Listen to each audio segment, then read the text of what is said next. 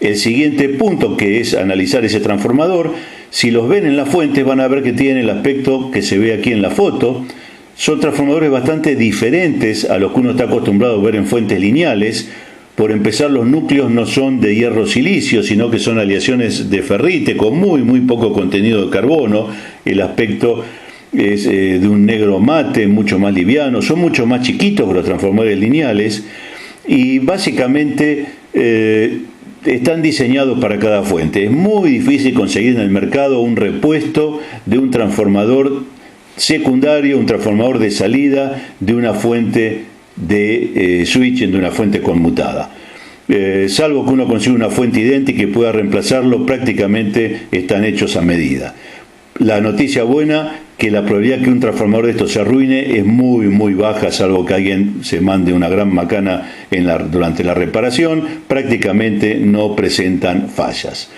Estos transformadores son reductores, por lo tanto reducen la tensión y, como todo transformador, aíslan la entrada de la salida.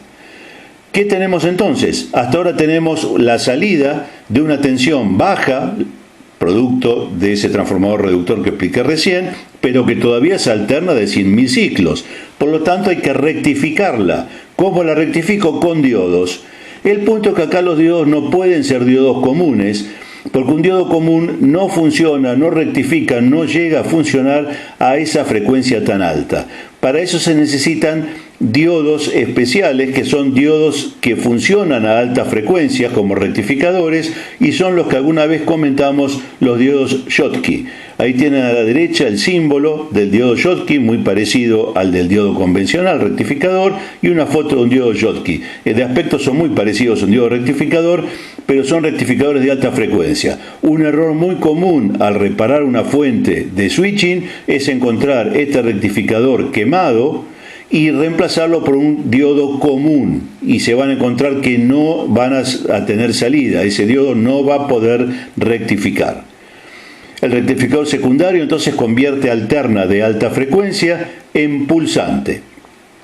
Nos queda filtrar la señal, pasarla de pulsante a continua, como se hace igual que en cualquier fuente lineal, con capacitores. A veces aquí se agregan algunas bobinas de filtro. La gran ventaja, y una de las grandes ventajas de estas fuentes, es que como la frecuencia que tengo que ahora filtrar es elevadamente alta, imagínense que era una frecuencia de 100.000 ciclos, que encima ahora está rectificada, es decir, pasé los semiciclos negativos a positivos, los picos están tan juntitos en el tiempo, imaginen 100.000 picos en un segundo, dibujar triangulitos de manera que los 100.000 vértices de los triángulos entren en un segundo de tiempo.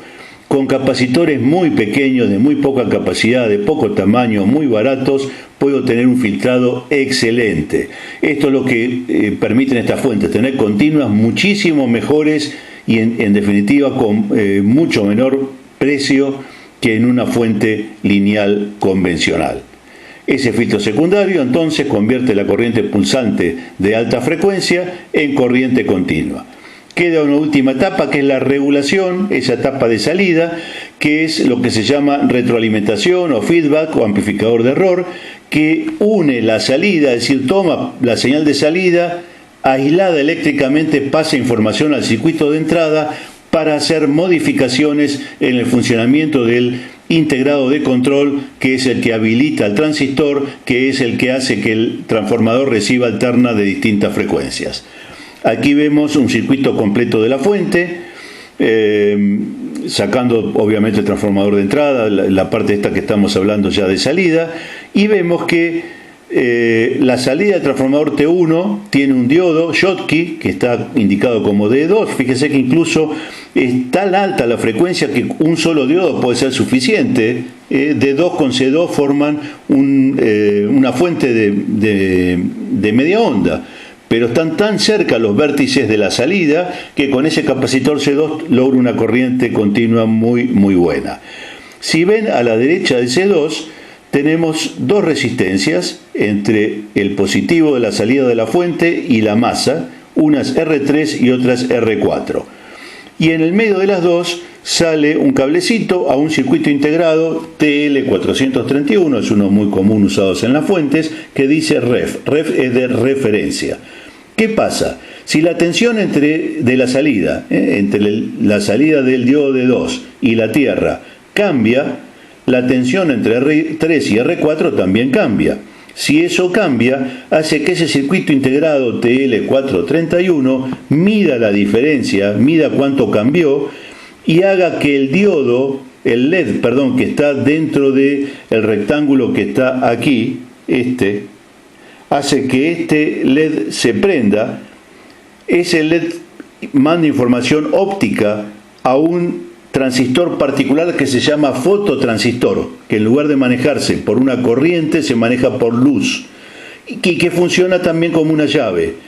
Ese entra al circuito integrado IC1, que es el circuito de control. ¿Qué pasa entonces? Cambia la tensión de salida. Al cambiar la tensión de salida, cambia la tensión entre R3 y R4. Si cambia la tensión entre R3 y R4, este circuito integrado le avisa, prende este LED interno. Este es un circuito cerrado, uno no lo ve, este LED, ni ve este fototransistor, es un circuito integrado que se llama fotoacoplador. Prende, el transistor actúa como llave, pone este punto 4 del integrado de control a tierra, y eso hace que cambie la frecuencia que sale por el terminal 6 del circuito integrado de control, cambia la frecuencia de activación de Q1, es decir, nuestra llave prende o más rápido o más despacio, depende de la señal que recibió. Conclusión, el transformador T1 en su primario recibe una frecuencia más alta o más baja. Si la tensión está bajando, la frecuencia va a aumentar y la tensión va a volver a subir. Si la tensión está subiendo, la frecuencia va a bajar y la tensión va a bajar. Ese es el circuito de realimentación a través del optoacoplador. A través de este optoacoplador. Y además, fíjense que las tierras, las masas de la salida respecto de la entrada están separadas por un capacitor. Es decir, que la corriente continua que tengo, el cero que tengo de acá, no tiene nada que ver con el cero que tengo a la izquierda. Y esto dice tierra caliente y tierra fría. Hot ground, cold ground. ¿Qué significa eso? Todo lo que está a la izquierda son circuitos donde tengo tensiones elevadas, tensiones de red o más altas. Todo lo que está a la derecha tengo las tensiones de salida después del transformador secundario, tensiones bajas. Significa que puedo tranquilamente poner dedos del lado derecho y es poco feliz andar toqueteando el lado izquierdo porque todas las tensiones son elevadas. Si ven una placa de una fuente del lado de atrás van a ver que está muy clarito marcado también estas dos zonas para evitar accidentes. Esto es más o menos un resumen completo de una fuente de switching, fuente que va a alimentar a todos los circuitos de todos los componentes de todos los equipos que vamos a ver en las próximas clases.